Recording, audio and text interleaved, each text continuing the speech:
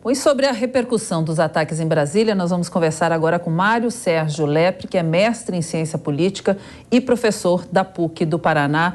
Bem-vindo, professor. Uma boa tarde para o senhor. Boa tarde, Cláudio. Boa tarde a todos os ouvintes. Professor, diante das cenas de violência, do vandalismo jamais visto antes em Brasília, as cenas que a gente acompanhou ontem, com destruição do patrimônio público, de obras de arte que jamais serão recuperadas, quem deve ser responsabilizado por essas ações, na sua opinião? Olha, Cláudia, na verdade, as autoridades constituídas têm o dever da proteção ao patrimônio público. Então, quem é o responsável pela manutenção da ordem e da lei ali no Distrito Federal é o governador do Distrito Federal, que agora foi afastado. Então, essa é a responsabilidade da autoridade que, sim, a gente imagina o seguinte: se houve e se havia ali, inclusive o Ibanez acabou, agora mesmo a gente ouviu ele falando, que ele já estava em tratativas com o ministro Flávio Dino.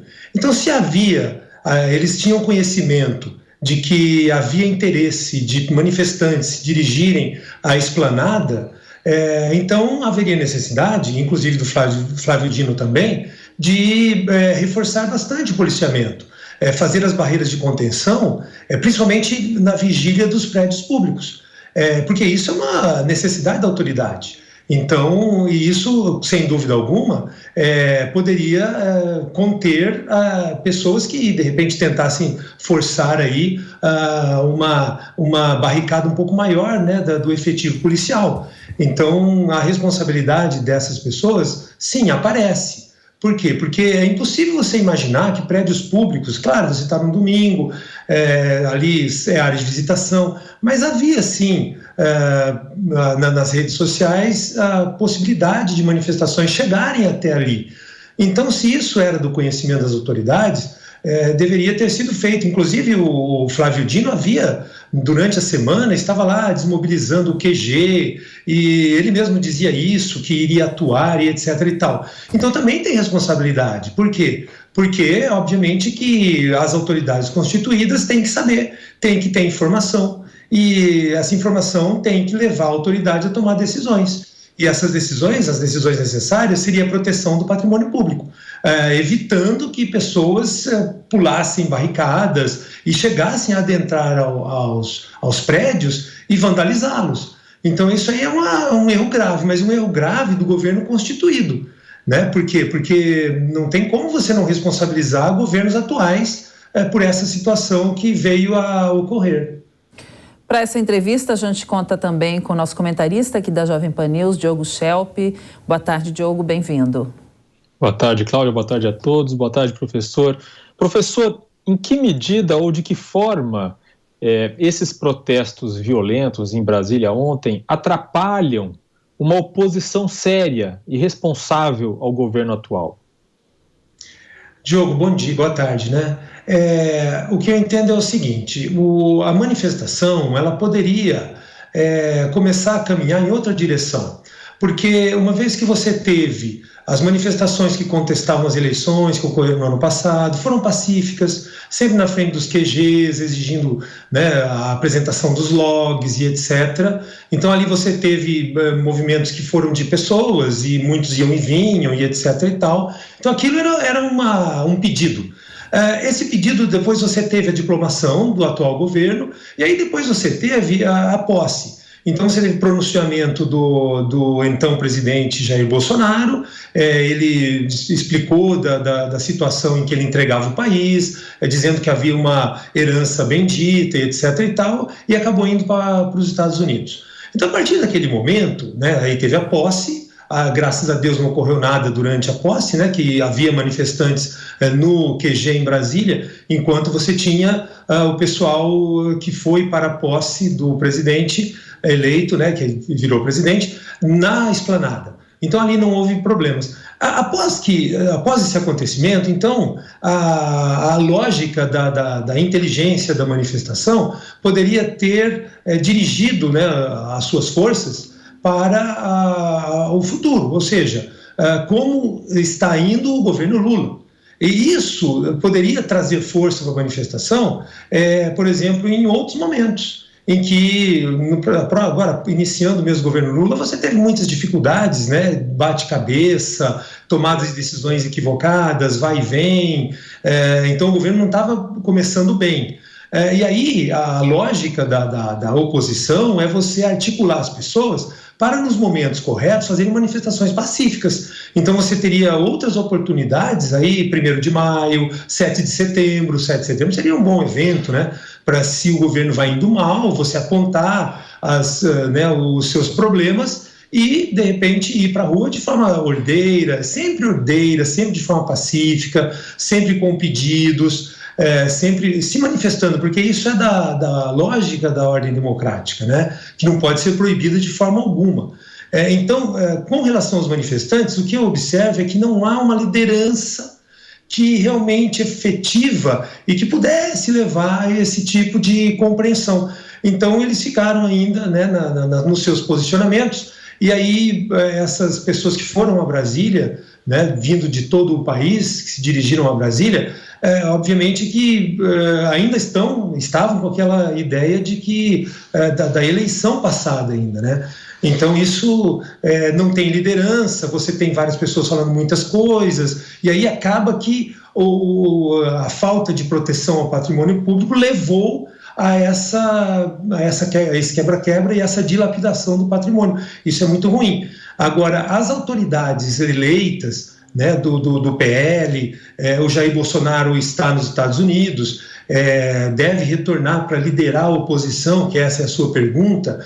Então, essas autoridades que foram eleitas, são deputados, senadores, eles efetivamente vão ter que fazer uma oposição no parlamento. Então, eles têm sim estofo para fazer isso. O que você não pode fazer e que não pode acontecer é você criminalizar essas pessoas. Tá certo? Porque a gente já está percebendo que houve pessoas infiltradas diante dos manifestantes. Então a gente está vendo já algumas coisas que precisam ser investigadas, apuradas, e as pessoas precisam ser punidas. Mas você tentar buscar, né, de repente, em deputados do PL, ou mesmo no governo Bolsonaro, o próprio presidente Bolsonaro, eu acho que isso leva a um mal. Não deve ser caminhado nessa direção.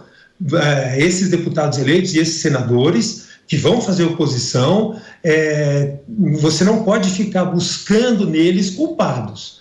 Então é isso que o governo atual, o próprio ministro da Justiça tem que ter em mente. Deixe-os fazer oposição. Não venha com, né, essa questão aí de tentar buscar pessoas que estão inflamando alguma coisa assim. Eu acho até que não encontrarão. Porque esses deputados eleitos, a gente percebe que eles foram bem distantes. Até há uma crítica muito forte diante das manifestações de que cadê os nossos representantes, etc. Professor, eles só estiveram distantes. A gente volta agora a conversar, então, com o professor Mário Sérgio Lepre, que é mestre em ciência política e professor da PUC do Paraná.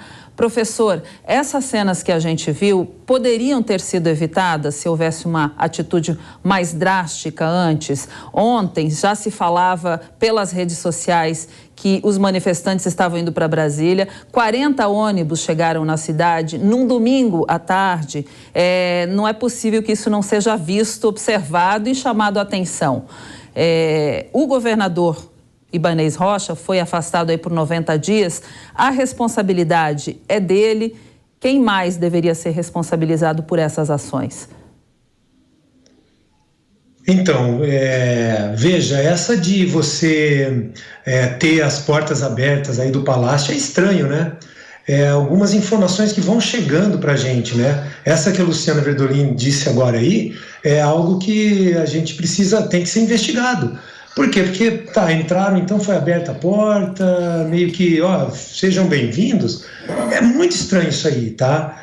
Então, esse tipo de investigação tem que ser feita. Tem que ser feita por quê? Porque há pessoas com acesso. Quem realmente estava, vamos imaginar, quem realmente estava cuidando dos prédios. Então, quem é esse responsável tem que identificar e observar quais foram as atitudes que tomou naquele momento também, né?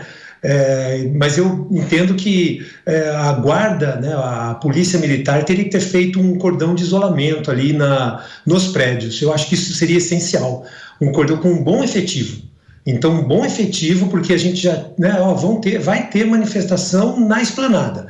Muito bem, então, tudo bem, era pacífica, né? Estava lá no QG e tal, mas está vindo muita gente de fora. Ônibus que você não sabe de onde vem, quem está trazendo, né? E quem está lá dentro. Então, isso não se sabia. Então, a expectativa é de que você seja prudente e aumente bastante o efetivo na proteção, não só dos prédios, mas de todo o entorno ali.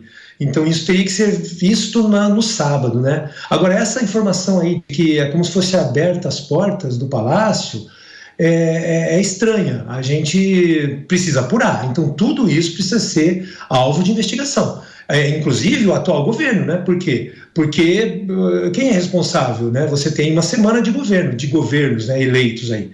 Então, onde estão? O que fizeram? Cadê aquilo que seria a informação do gabinete de segurança?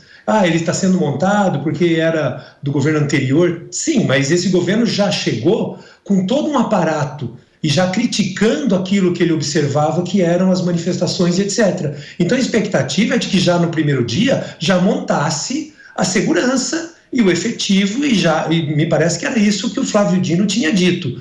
Então precisa verificar isso aí também. Por quê? Porque pode ter havido conivência, pode ter havido uma certa, olha, deixa os caras vir, eles estão meio querendo invadir tudo, então deixa, porque isso vai mostrar uma fúria agressiva que leva a que eu possa acusá-los de fascistas e etc.